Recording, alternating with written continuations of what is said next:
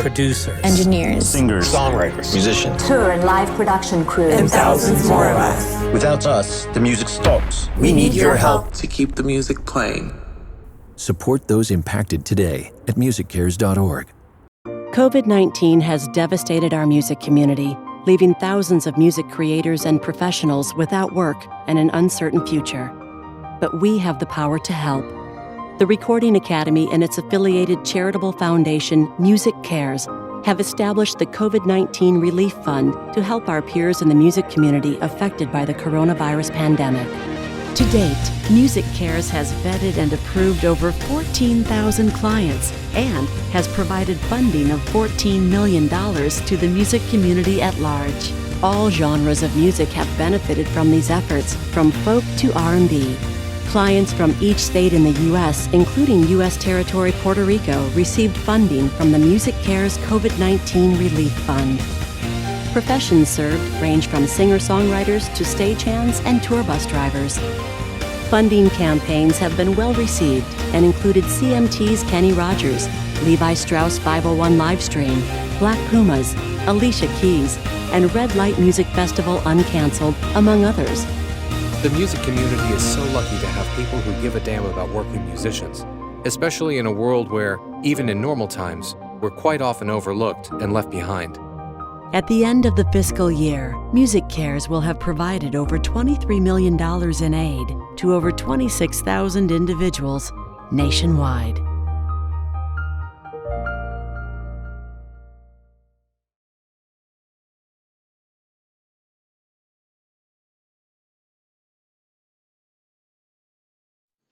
Welcome, everyone. Thank you so much for joining us for our Music, Business, and Family series, Motherhood and Music. I am Sarah Jansen. I'm the Senior Executive Director for the Recording Academy's Chicago chapter, proudly representing the music communities across the Midwest. I am very proud to present this program in collaboration with the incredible staffs of not only the Chicago chapter, but also the New York, Washington, D.C., and Philadelphia chapters. Our partner tonight is MusiCares, which is the charity of the Recording Academy that provides confidential financial assistance and supportive services to the professional music community, from the singer-songwriter to the promoter or the manager, even to crew and production.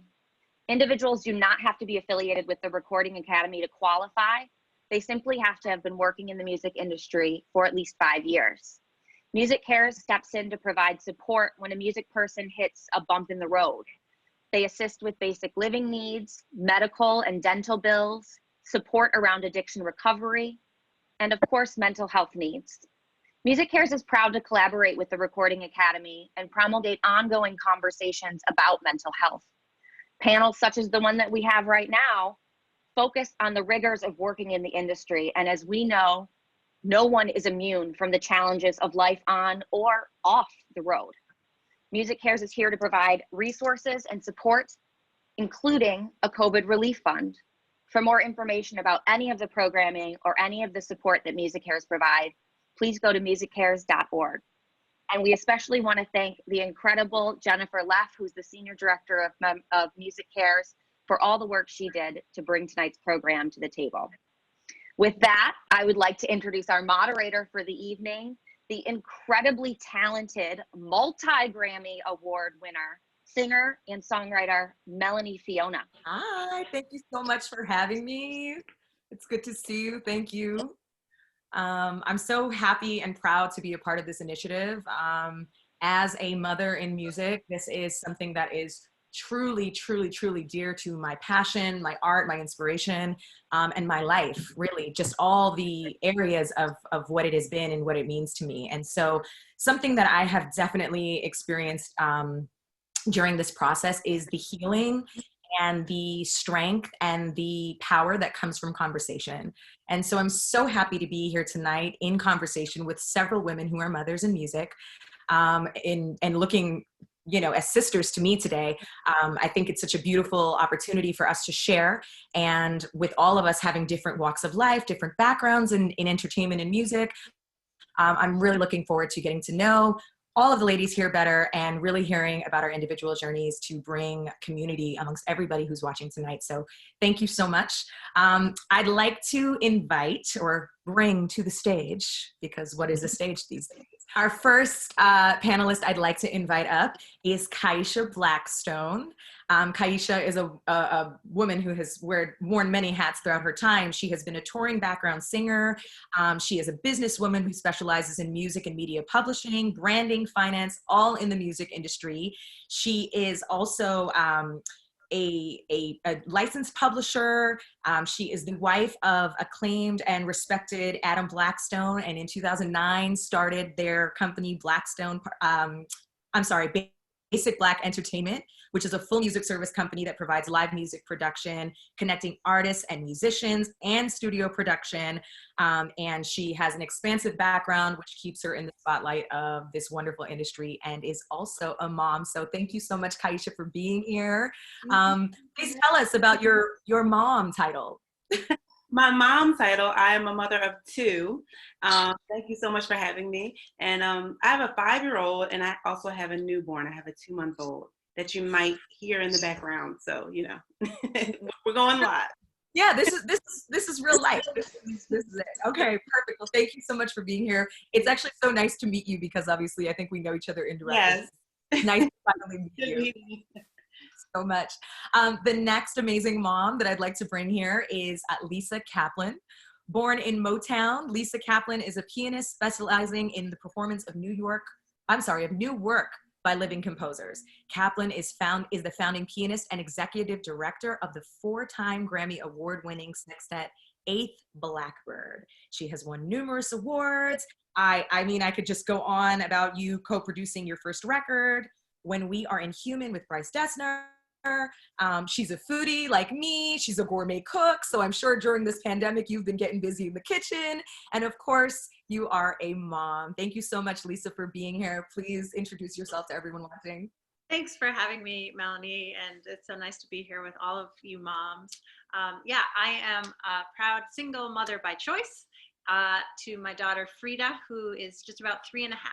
So yeah, it was been just the most fulfilling thing of my life, really. Amazing. Wow. I've 3.5, single mom. I'm telling you, I remember when I first had my son, and with his dad right next to me, I just remember saying, 2 is not even enough. So I don't know how 1 does it. And I mean, God bless you.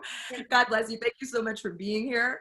The next amazing mom I'd like to invite up is Mesa. Hi, Mesa. Thanks so much for being here. You are a powerhouse vocalist, launching your musical career as a member of Stevie Wonder's Wonder Love, and has enjoyed the spotlight for a long time as the front vocalist with the explosive UK jazz funk sensation Incognito. You are a Soul Train Award winner, and you have recorded 13 solo albums. Girl. Hi, Melanie. I've been out here for a minute now, but I thank you so much for having me. I'm so excited to be here. I'm a single lady, and I have one son. My son Jazz, and we'll talk about this maybe later on. He was born in Osaka, Japan. I was 25 weeks pregnant. He was 2 pounds when he was born, and now he's going to be 21 years old on December 6th. So I'm really excited. Wow, my goodness! And I would also like to add that you partnered with the March of Dimes. Yes, absolutely. Is it an album or a single that was called You Are Not Alone? It's the single. I wrote a single called You Are Not Alone, so for that whole partnership we did there. And the March of Dimes has been a great help to me, especially when I was in the hospital in Japan so many years ago. And they, so I hope to work with them and the Recording Academy to help do more in the future.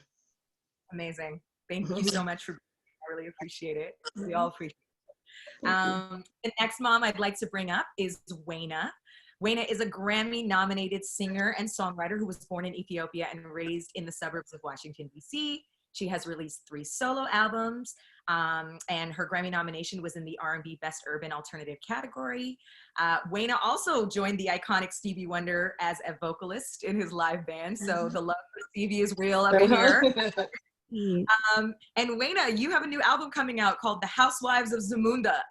Yes. I think we all need a laugh in 2020. What do you think? Yeah, I'm about that.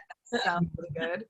Wayna, thank you so much for being here. Please introduce yourself as the woman that you are and mom that you are. Thank you, guys. It's such a pleasure to be a part of this event. I really loved and soaked up every second of the first event that kicked this off. So it's so great to see this being a series and having a chance to just be around all these amazing women and talk about the things that we think about all the time. So I am a mom of 2 daughters, one 6 and one 10. I married my college sweetheart, who I won't tell you how many years it's been. So I'll just say I married my college sweetheart. You know, we live in Maryland and raising our kids here as 2 entrepreneurs. Thank you so much for being here. With 2 kids, I know, just like Aisha, it's sometimes hard to manage, but you made it. Thank you so much. Yes, indeed. And then our final powerhouse mom is the incredible Jennifer Blakeman. Jennifer Blakeman is the president and chief creative officer at Indie Powerhouse 177 Music. She is extremely accomplished and of course respected in this industry. As we all know, the women, I personally feel like women really run this thing, but that's fine. That's a whole other panel. And I would just like to say, let everybody know that for more than 3 decades, you have fostered the careers of some of the most popular artists and songwriters in the world. I mean, I could drop names: Eddie Van Halen, Ted Templeman. I mean, you work and represent the catalogs of amazing songwriters and artists from Sean Garrett, Nipsey Hussle, Kendrick Lamar, John Legend, Carrie Underwood, ... et cetera, et cetera. You are also an accomplished musician and an ASCAP songwriter and a publisher. You have toured as an 80s keyboardist with Billy Idol and Savage Garden. I mean, like, what haven't you done? This is amazing. And then now I've worn a few different hats. And over 3 decades of doing it. And starting to show it. Oh, no. But thank you so much for having me. I'm so thrilled to be part of this panel of these stunningly gorgeous women. And you all look so well put together. And I know how tough it is being a mom, especially during everything that we're dealing with now. And working moms, no less. And everybody looks so healthy and happy. So you're inspiring me already. But I am a single mom of a 10-year-old daughter who is on the spectrum and has a whole host of other diagnoses. But she's a wonderful joy and the best thing that's ever happened in my life. And I'm so excited to be able to share my journeys with you ladies. Yay. Thank you so much for being here. I really appreciate it. I'm honored to be speaking to you right now with all your expertise. It's very inspiring for me personally. So thank you so much. And then of course, what is a group of girlfriends getting together without a professional to help us get through all the things we don't know what to do? So I am pleased to bring into the conversation the amazing Robin Hornstein, who is a therapist and she is a part of the MusiCares family. She is a licensed psychologist and counselor for over 30 years. She has started her practice, Hornstein, Platt and Associates, and she has been the clinical director there. I love to learn that, Robin, that you use an eclectic range of tools to bring healing and therapy to your clients: poetry, art, music, meditation, all things that speak to my love of wellness and several practices. And your specialties include eating disorders, fertility issues, parenting, and anxiety, which I think a lot of us might be feeling right now, anxiety during this time. So we are and you're also a mom. So it's really nice to have you here as a part of the conversation.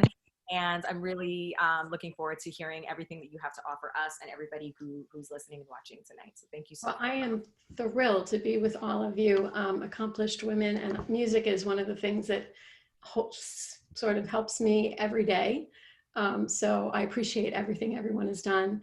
And I'm actually in the process, I am a mom. I'll start there. Just like everybody else, I have a 25 going on 26-year-old who's in grad school to be a social worker. So she's following in the footsteps. And I have a bonus daughter from a second marriage who is looking at colleges. So she's 17. And I'm just completing a book on social justice and eating disorders. Wow. Yeah. Wow. This is so great. I love that there's such a wide range of diversity and background and experience for all of us here. So I really want to get into it. And I really want to be able for all of us to individually contribute and share so that everyone who's watching feels connected and kind of can find themselves in everyone's stories. And so the first question I always like to ask everyone, I don't care if I'm at the grocery store, if I'm shop, whatever it is that I'm doing, is how are you? And I know that that's like this like very, you know, it's a question that we hear often, like, oh, how are you? I'm good. It's like this natural response. But I really feel like I want us to use this time to really be vulnerable and really be truthful and honest, because I think that that's where the healing comes from. And so how are you? How are you, Kaisha? You just said you have a newborn. How are you? I am sleepy. We have a 5-year-old, and so we were kind of out of that window of you know, having the early risings and all that kind of thing. And so getting catapulted back into no sleep at night is a big adjustment. And then a 5-year difference. I'm a lot older than when I had my first. So it's just it's a very sleepy life that I'm becoming reaccustomed to. And I'm actually grateful for some of the slowing down of the shutdowns, because it has allowed me to you know, be more flexible in my time and the things that I have to schedule, because they're scheduled from home and I don't have to worry about travel time and those type of things. But yeah, the sleepiness is real. The sleepiness is real. So Mesa, you have a son who's about to be 21. Yeah. Seeing that we're all in different cycles of motherhood right now, how are you? How is motherhood for you in this moment?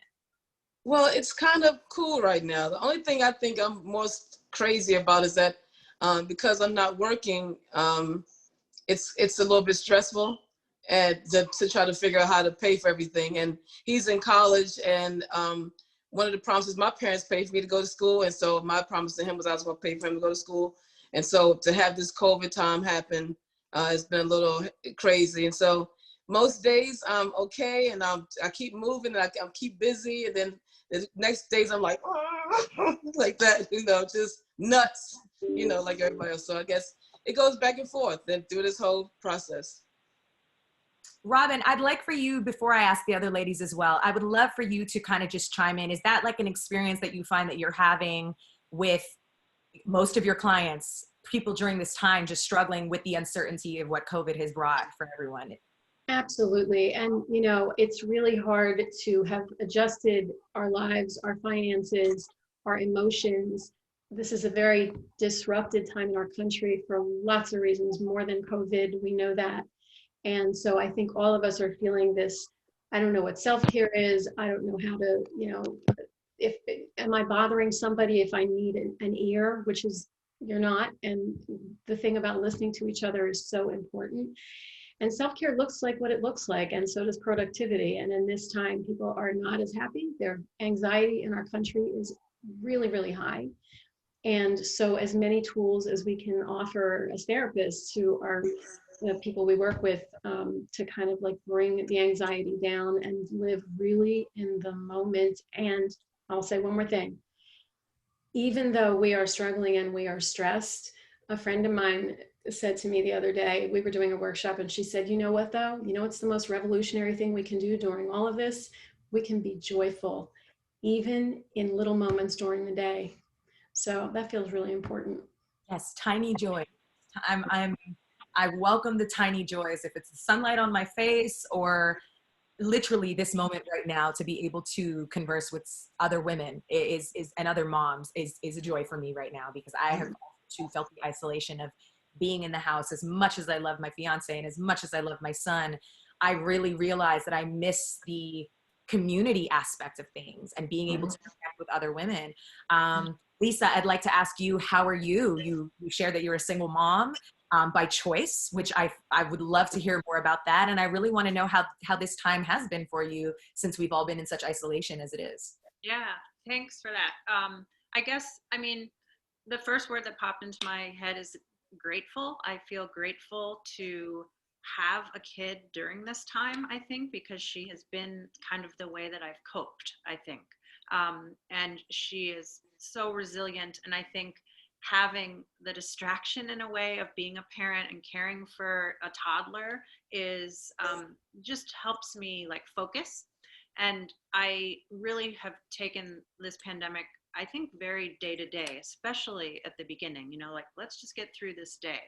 And I think that Mesa mentioned that you do just feel happy to have this time with your kid too. You know, it's like normally I would, you know, be on the road playing concerts. And so I'm really grateful to have that time. I mean, when I had a whole, it just seemed like I was trying to find the right partner in order to have a child, because that was the thing I really wanted to do. And so then I just said, well, why do I keep trying to find the partner and like fast track it to having a kid? Like, why can't I just have the kid on my own? And so, you know, I just took the plunge to do that, and it was really empowering. And it turned out to be like a whole fertility journey, which I didn't know a lot of things about at the beginning. You know, a lot of people said, well, that was like so brave for you to do that. And isn't it scary? And sure, but I mean, I think it's scary to have a kid, whether you have a partner when you do it or not. And just doing things kind of out of order in this case was the way I had to do it, because I'm 45, you know, so you can't wait forever, as we all know. So yeah, that was, you know, I just am, you know, my daughter is just like the light in my life. And I'm so happy to have pursued this, at least initially, you know, on my own. Wow. Awesome. That is amazing. I often remind myself and everyone in my life that gratitude like has to be the attitude right now, because if we focus on the lack of or what isn't there right now, it can become overwhelming, as Mesa shared with us, you know. So I'm so happy to hear that you are appreciative. I know not being on the road right now has been really it's been tough as well, because when you're used to living at a certain mode, you just kind of get into that. But then this stillness does afford for us to be able to pour back into our households and our children and really connect with that. And that's beautiful. Wayna, how are things with you and your two girls? What's been this time for you? How are you? You know, it's such a thoughtful question, and I really feel like I'm doing well. And I think what COVID brought to me was a sense of like the importance of self-care and making sure that I make time for myself, and that everything that I pour into my family has to first come from me. And I definitely did not have that as a religious kind of outlook pre-COVID. I was trying to do so many things and cramming so much into my life. And I feel like what the pandemic did was it just kind of, you know, like when somebody dumps your purse out on the table, it just kind of like dumped my life out on the table. And I just looked at it like, what is all this stuff? You know, I don't need half these things. What do I really want? And what do I need to be in order to create the life I want and be the kind of mom that I want to be? So, you know, it's really reorganized my mind, and I've established habits that I hope I keep once life resumes. But they're, you know, I'm working out every day. I'm eating really well. I'm doing my affirmations in the morning, and I feel pretty good. You know, I feel pretty good. I love that. You know, I find that sometimes during this time, because it is difficult for many reasons with a lot of people are afraid to say that I'm actually thriving. This was a good thing for me. And I'm so happy to hear that you're celebrating that for yourself. Because I do really think that in this time, we have been forced to examine what is essential to us. What are needs versus wants? I always say you can live without wants, but you can't live without your needs. Like, you need the things you need. You know, I've definitely identified with that as well. So I'm really happy to hear that you're doing well during this time. I think that's inspiring, and it's necessary to hear for some people who might not feel like it's possible, that you can find it during this time. So thank you so much. And last but not least, Jennifer, how are you during this time? What are your days like? You're still working corporate, you're still the boss, you've got the daughter. What is it like? How are you?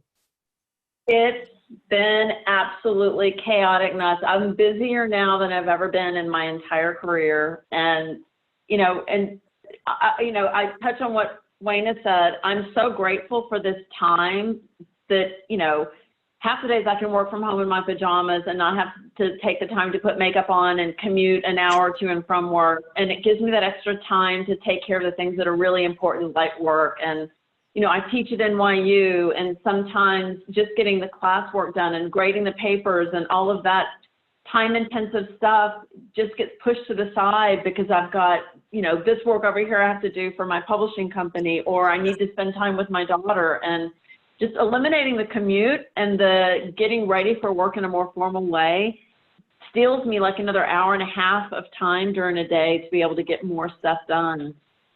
So in a weird way, it's been really wonderful for me. But if you'd asked me 2 nights ago when I was about to crawl up in the fetal position, sobbing my eyes out because I felt like a failure at every job I have and failure as a mom and unable to cope, and how am I going to find the time to get everything done I have to get done? So I think it ebbs and it flows, and I think we've all had to make some significant changes in our lives over the past, 8 months. My daughter was really struggling in New York because we were living in a high-rise building and stuck with an apartment, and she couldn't go out, and she, it was really, really brutal on her mentally and physically. And so I ended up buying a place in Connecticut, and, we basically, for the most part, are living in Connecticut now. So she has the woods to go play in, and we can take walks. She can be in the garden. She can be outside in nature. And that's really helped her mentally a lot. But, so there's, gas me on any given day. Sometimes I'm absolutely wonderful and Cinderella singing with the birds in the forest, and other days I'm just can't cope, And I wanted to touch on something that Lisa had said about her journey to motherhood, because, in a sort of similar pathway, I was a touring musician for almost 2 decades. And I kept thinking, I'll get all of this out of my system, and I'll be the musician, and I'll be the keyboard player, and I'll play, in front of 500,000 people and do all these TV shows and all these, fantastic things. And then I'll have kids. Because I couldn't tour as a side man with Billy Idol and have a kid on my hip, right? And so I pushed it off and pushed it off and pushed it off, and suddenly I was 37 years old, and my gynecologist said, you're getting past the point of even being viable to be a mom. You need to really consider this now. And I was like, no, I've got plenty of time. You don't go through menopause until you're in your 50s. I've got plenty of time to do this. And lo and behold, when I started trying to have a family at 42, couldn't do it. And my doctor took me aside and said, you could spend $1 million. And even if I can get you pregnant successfully with in vitro or any of the other techniques that we can use these days, the chance that you're going to sustain a healthy pregnancy is, less than 1%. And so I had given up. At 42, 43 years old, was like, okay, I waited too long. I missed my window. The one thing I wanted most in life, I sacrificed that for my career, which was such a wonderful gift to have the career. But then I'm now left with, okay, now what? I'm no longer touring. I'm no longer performing as a musician. And now I can't have a family. And then God bless miracle, I naturally got pregnant at 45 and had Eden at 46. Wow. And so all the complications that came along with being a mom of a special needs daughter, again, just the most joy that I could ever imagine to find this miracle of, I did get to have it all, right? I did get to have my career on that side and be a parent and still sustain a career in the music business, working actively with, thriving artists and writers. So just to touch on what Lisa said, it is extremely difficult to be an older mom. You are experiencing it now, Kaisha, even though you're not as old as I am. It does take it out of you. But you can have it all, but you have to be really, really, really thoughtful about it, especially if you want to be a mom, to not lose sight of that while you're at the pinnacle of your career, in your 30s. I appreciate so much of what you said. You touched upon so many things that I think are very important topics here. And Robin, I would love to hear your thoughts of expertise in these areas. You brought up things like mom guilt and crying and basically sacrificing everything. You moved out of the city, you moved into a completely different state for the well-being of your family and your daughter. You talked about the journey of what it was to feel the pressure of, I can't have a baby on my hip and be on stage next to Billy Idol. These conversations, these narratives that we go through as women in music, trying to be mothers in music as well. What that means, I know for sure for me, you know, I had similar thoughts of being, I mean, my brother came to me and was like, you know, you need to consider freezing your eggs if you're still going to keep working on your music career. And I was like, what? I'm 32. What do I, like, I started panicking. And then the thought of if I were to have a baby, Katsu, I was pregnant when these things started coming up and I didn't even know.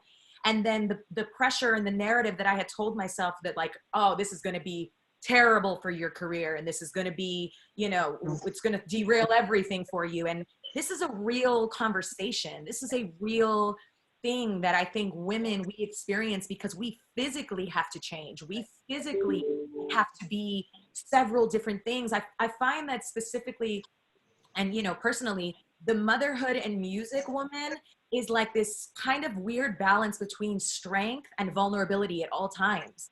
And, you know, especially when you're a working mom. So I'm so glad that you shared all of that. And I'm sure many women on this panel can appreciate what that is. If I can just touch on what you just said, and I think it's so critical to explore, and I think each one of us would have a different story, because I had segued when I was 40, right about 41, into the business side and stopped touring right about 40, 41 years old. And when I unexpectedly found myself pregnant, I was working at a major music publishing company as a senior vice president of A&R, you know, one of the most sought after gigs you can get in the publishing industry. And I hid my pregnancy for 6 months because I was mortified that I was going to be let go, because there was not one mother at our entire company on a senior vice president level or a creative level. Creative team didn't even have boyfriends. And so for me to then reveal that I was going to have a child as a single mother, I was mortified, and I waited until I couldn't wait anymore. I was 6 months pregnant, and there was no way they didn't know. But they didn't know I hid it so well, but had to go tell my boss, and just couldn't get the words out of my mouth because I knew I was going to lose this gig. You know, touring as a musician and having a child is a whole different story that Mesa and Wina and Keisha can, you know, and Lisa can speak to, that I can't speak to. But there is a corporate pressure that is not, you know, that is real. And I think I'm starting to see some cracks in it, that it's changing into a more positive place. But, you know, when I got pregnant, it was, you know, it was terrifying. What should have been so joyful was terrifying for the work environment. Wow. I will second that. And I'm sure, you know, Mesa, you have a story that you can share too about how you entered motherhood. I definitely, raise your hand if you felt like you had to hide your pregnancy for any reason for your career. And I can raise my hand for that. I definitely was 6 months pregnant as well, still trying to hide it, like shot a music video and was like, okay, I'm going to make the music video the reveal, but don't release it till I'm timed. Like, it's so many things. And, you know, Mesa, you have a story, which I know we spoke about, like, I would love for you to share about how motherhood just, it's full on. And when it's coming, and that's that. Yeah. Well, I was, back in 1999, I had rejoined Incognito. I stopped for a little while to do my first solo album, went back, and we went on a world tour. And during the rehearsals, the musician that's in Incognito that the song Deep Waters was written about, he's my son's father. And when I got back to rehearsals, he acted like I was the most beautiful woman in the world. I was the only woman in the world. And somehow I became pregnant. I don't know how. Anyway, we were on tour, and we started the tour. And so we went to China, and we actually climbed the Great Wall of China, walked up, and I started feeling woozy. And I don't know, I thought it was just because we climbed like 3 miles straight in the air. I don't know, but it was crazy. And so when we went to Switzerland next, and I had, you know, missed my period and everything. So I was like, something's going on, because I'd never done that before. So I went and got a pregnancy test in Switzerland and took the test and found out I was pregnant. And I was so excited. I was 33 years old. And I had done a lot in the music industry by that time. Incognito had toured the world several times. I had my first solo album out. So I was kind of, you know, doing great and happy with my career at the time. And so, but I really always wanted a little boy my whole life. So, I mean, since a little girl, I mean, my favorite color is blue. And so I've always wanted a son. And so I was really excited. And I wasn't scared, even though I was on tour. And I knew we had, you know, a year to go. I wasn't afraid. I just was going to deal with it. But through the process of my pregnancy, I was sick the whole time. And it seemed like every city that we went to, I had to be rushed to the hospital. Literally every city that we went to on this tour, especially the American tour. I visited every hospital in this country, basically, for that 6 months. So at the end of the 6 months, when I was at 25 weeks, we went to Japan. We had a tour for 3 cities in Japan. And we started out in, I think, Fukuoka. And I was starting to feel a little sick again, but I kind of just tried to hide it because I didn't want anybody to know that I was sick. I just wanted to keep working, you know? And then when we got to Osaka, about the 4th day in, we were on stage and I felt kind of liquid. I didn't know what was going on. It was just so surreal. And I was like, what is that? So after doing a break, when I did the instrumental, me and the girls and other singers went backstage, and I said, I feel like this wetness and stuff. So I said, I got to find something to put on, because I feel this wetness. And they're like, oh, don't worry. He probably just sat on the baby just probably sat on your bladder or something. You'll be fine. And so I went back and finished the show. And then Friday, we did it. I was in pain all day. I took Tylenol, took hot baths to try to make the pain go away. And that night, it happened again. Because I think I was moving around, dancing on stage, and it happened even more at that time. So Saturday, of course, same routine, the Tylenol, hot baths. And Sunday morning, we were supposed to leave to go to Tokyo to do the last week. And to make a long story short, I guess, you know, it took me hours to get dressed, hours to pack my bag. I was just taking long and holding everybody up. So by the time I got to the lobby, Bluey, the leader of the band, Bluey looked at me, he said, Mesa, what's wrong? And I said, no, I'm fine. Let's just go to Tokyo. Let's just go to Tokyo. And I really wanted to get to Tokyo because I knew people that spoke more English in Tokyo. And I knew if I needed help, I knew I could communicate better. But that wasn't happen. So they ended up calling an ambulance for me. And the band went on to Tokyo. And the tour manager stayed with me. And we went, about an hour later, they rushed me to a hospital. It took about an hour to get there. It's the Aizenbashi Hospital in Osaka, Japan. And that evening or the next morning, I gave birth to my son. He was 2 pounds.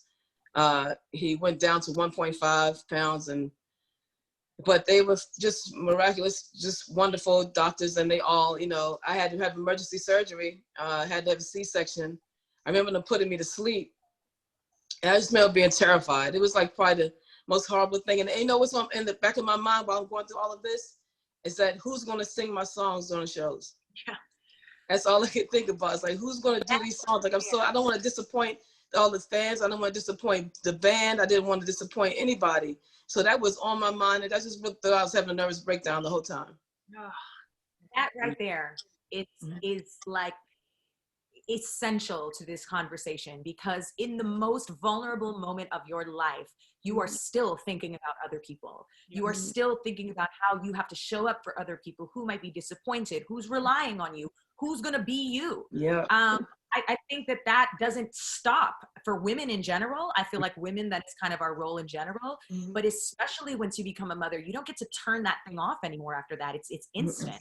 It's constantly about finding time, about how to prioritize your family and yourself at the same time. Robin, can you add to this conversation? We talked about shame, we've talked about trauma, we've talked about fear, we've talked about guilt. You know, these themes come up. As beautiful as joy and love. Absolutely. Absolutely. And I think you just said it all. First of all, the amount of resilience in this room is just astonishing, because if that's the word that keeps coming to my mind. The other thing is that this industry is no different than so many other industries for women, and women constantly feel, I'm not productive enough, I'm not a good enough mother, I'm not a good enough partner, I'm not a good enough friend, I'm not a good enough daughter. I mean, we can go down the list, right? And so in order to have a career that puts you out on the road and that gives you all of this pressure, right? How much pressure can you be under? Who's going to sing my songs, right? Who's going to do this work? It's still not a fair industry. I'm going to just say that, because this is not fair. This is not women-centered, women-friendly. And I talk to a lot of professionals in other industries, and the higher women climb in certain industries, the more they are like begging and borrowing and stealing time with their child, time for their creativity or their work. And it's first of all, that's not fair, and we can go on a whole feminist rant about that. But what I do see is some of the slowdown of what happened right now with Corona has given a lot of the people in this room a little bit more time to be with themselves, to be with their children. And cautionary tale here. Remember how the tailspin went when we all slowed down and we went, oh, what the F am I going to do? I can't wait to get through this. Right. The next stage, as you go back on the road, is letting go of the joys that you're getting right now from your slowed down life, from your children. I'm going to say ahead of time, you can expect the way you miss being with a group of people, like, and just not thinking about it, is how you're going to miss your family, and your children are going to respond. They're going to regress, and that's okay. But I think if you're anticipating that, you can be looking like forward to, I can get back to my career. And maybe, as Wayne has said before, like maybe you end up deciding that maybe you come first a little bit more than you did before this all happened. And that's a hard thing to do, but I don't see any reason why it's not worth trying. I wanted to just comment. Mesa's story, I think, is just kind of like this living proof of, especially the woman who has like a performing touring career, is that like it's like it's this mentality of like the show must go on, like always, and like you never miss a show. You never, like, your thought, while you're like having the experience of birth, it basically is like, who's singing my parts, and like, I mean, this is nowhere near your story. I like passed a kidney stone once, like about 10 minutes before a show. And, it was like the worst pain I've ever had in my life, really. And I remember the whole time, like, all I could think about was like, oh, I can't let my band down. Like, I just like, even though I can't walk or even basically sit at the piano, like, I'm still gonna like play this show, and it was only pure luck that I passed it and was like able to, like, on Percocet then play this concert. But I mean, the whole mentality is like that you've worked so hard to like be in the position that you're in to even have this career, that like ever letting go is like just not an option. And so it's like, but especially with women, and I think then when you become a mom, it's like even stronger that feeling of, so I just wanted to put that out there, because I think that it's just kind of like this survival that is very innate to us. Yeah, and Kaisha, I know we have we're going to have to start wrapping up soon. This time has flown by so fast, but I wanted to kind of throw it to you, because I would love to hear your experiences on being wives and mothers during this time. And then, Kaisha, you have a husband who's also in music, and what type of synergy or difficulties can arise there as far as having a newborn, just as you said, being a wife and also being in the same industry as your husband. And then also, Wayne, I would love to hear about, maybe some of the push and pull that you feel right now during this time, also still being a creative woman, a creative entity, what life was before the pandemic, and how you're showing up for yourself and your family during this time, both of you. Yeah, I was going to say, with the pandemic, to me, I've appreciated that it has forced a lot of men to see what happens at home, and step into some of those roles. I have seen attitudes change over the past 7 months on Zooms and things that I think would not have been accepted beforehand, of even just the, oh, here's this noise, I have to step off, and things we used to hide, maybe if we were on a business call or something, and making sure everything was silent. And now it's like your kids yelling in the background and everyone's kids yelling in the background. So right. like it's accepted and it's known. And I've, my husband and I met in the industry. We were both on the same gig. So we understood the life of the music industry. So we've always been kind of good with that balance of family and music, which is hard. But I think because we were both in the industry, it worked. But I think this has even forced that dynamic to be seen in a different way in the household. Because I stopped touring the year before when we were getting pregnant with my son. So it's kind of been more of, I've been home with the child and he was still able to tour. And I think that dynamic usually happens in a lot of marriages, especially where even if it's unspoken, most of the weight ends up falling on the woman.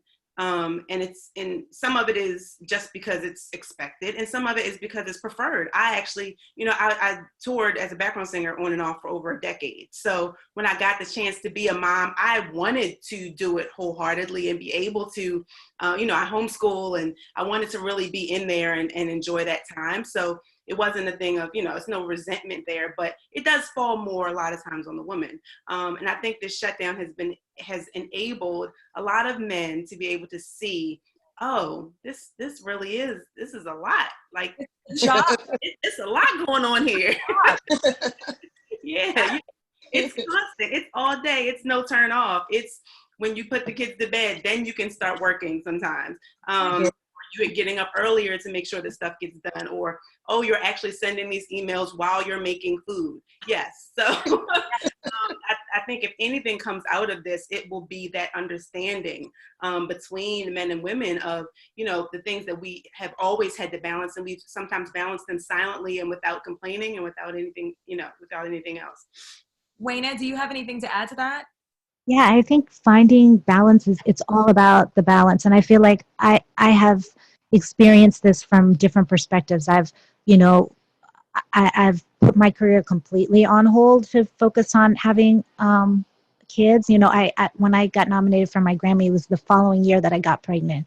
And even though I was terrified about losing what I had built, I really wanted to focus on my daughter. Motherhood was this big thing that I didn't feel like I could multitask. Like, I just wanted to focus on it. And I certainly paid a price for that, but it was something that I wanted to do, so, and I think I felt guilt for that though, from as a working mom, I felt guilt, like, what am I letting go of? And then on the other side, when I had my second daughter and I was touring again, and I went on my first tour with Stevie right when she was about to turn 1, and the guilt that I felt leaving home, just like, I remember still to this day sitting on the rocking chair in her nursery, breastfeeding her, and I knew this was breastfeed her, and it was like the hardest thing in the world, to just get on that plane.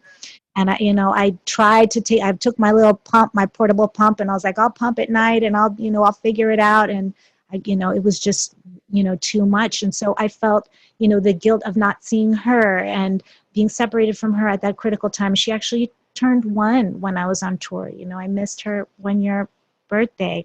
And so I felt that guilt from both sides. I felt the guilt of, letting my career, suffer, and then the guilt of, not being there, in feeling like I was missing precious moments.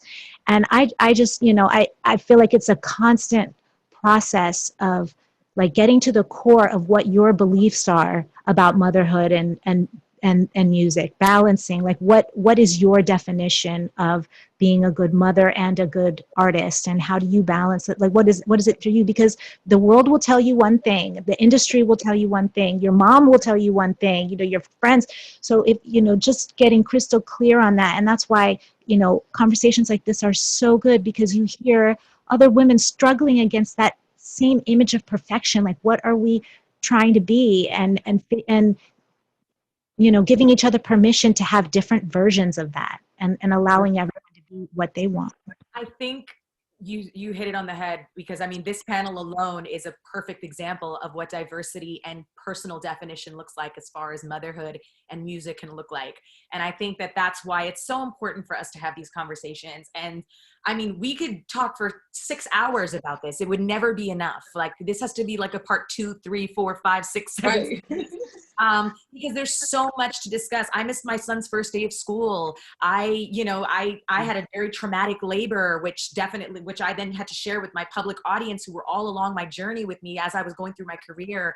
I had to face comparison against other artists and lose opportunity. Like, so many things that I identify with every single woman on this panel. And I know that we were only supposed to be here for an hour. We've already gone over. I mean, there's so much to talk about. And I appreciate everyone's insight and experiences so much. And before we wrap, I would like to just pose one more question to each of you. And if you can, keep it as brief as possible for yourself. It's like, with so much uncertainty as we know that is moving forward, we don't know what the new normal looks like, or if things reopen, or what the state of entertainment or music industry looks like. I mean, I don't know. I keep getting rescheduled dates for my shows that were all canceled this year. I don't know, they've been 3 times. So I guess in a time of great uncertainty, what is maybe one thing that you need? Can anybody just kind of identify one thing that they feel like they need in this time to help kind of get through, or, whatever it is? Like, who do you need it from? What is it that you need? What would you like to see moving forward to support women in music who are mothers? Anything that kind of comes to your mind. I'll open it up to anybody who wants to chime in. Good question. I'll say this. One thing that I would like to acknowledge is this demand of women to show up for not just their families, because you get judged if you don't show up enough for your family, and then to show up for your job, which is like, you get judged for not showing up for your job in a certain way because you're tending to your family. I would like to acknowledge that this year has shown everyone, every industry, every man, every previous system that thought that it worked, that women can absolutely work from home and be mothers, and that time is to be honored and respected. And I don't ever want to hear another person say that a woman has to go back to work at 6 weeks, because we've just given men permission all year to work from home when it was beneficial for the corporation. So I would just like to say that I need for the industry to support the well-being of women in motherhood. That's what I want to see. I don't want to hear any excuses. That's done now. I'm holding everyone accountable to this standard for moving forward. So that's what I need. No, you said it all. That's great right there. I second that. Yeah, me too. There you go. Who needs a vacation? And you know what? You need a vacation? Like, what's happening? Where are you at? What do you need? Oh boy. I'll tell you what I need. I need conversations like this, because the conversations like this just affirm that I'm not alone. And each one of you have given me little tidbits of, Wayna, I need to take better care of myself and carve that time out for myself, right? Kaisha, I need to learn how to be more present with my daughter, even if it's 10 minutes or 15 minutes. If you're homeschooling your kids, then I can take that precious, undivided 15 minutes of attention that she's so desperately craving and put a call on hold and wait 15 minutes later to call it. From each of you, I've gotten these little nuggets of things that are going to help me through the next 6, 8, 10 months of wherever we're going to end up with all of COVID and everything else that's going on. So I need conversations like this and women like this that I can relate to, that are in the industry and face similar challenges, even from a different perspective. So I need this. Thank you, ladies, so much. I would like to say that, Robin being here is a perfect resource for this. There are people out here who are here to support us and be there for us and help us figure out what it is that we need. Lisa, did you want to add anything?